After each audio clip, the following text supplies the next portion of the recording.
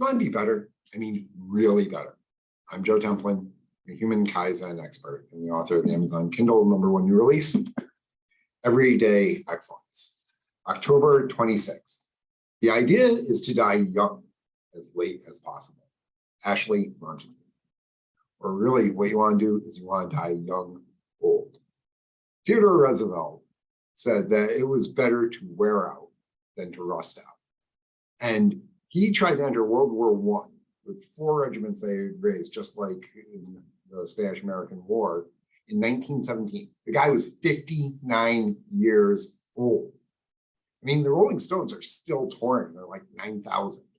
Lao Tzu, the great Chinese philosopher's name, even translates as the old boy. Okay? So you need to live. Life is meant to be lived and loved and enjoyed. And that's one of the things that keeps you young. I mean, the Curtin in Highlander said, "It is better to burn out than to fade away." And he was hundreds of years old and lived right up to the last moment. You need to have useful enthusiasm into old age. That is actually the secret of genius, according to Albert Einstein. So live, maintain that useful enthusiasm all the way, and that's how you're going to be excellent. I'm Joe Templin.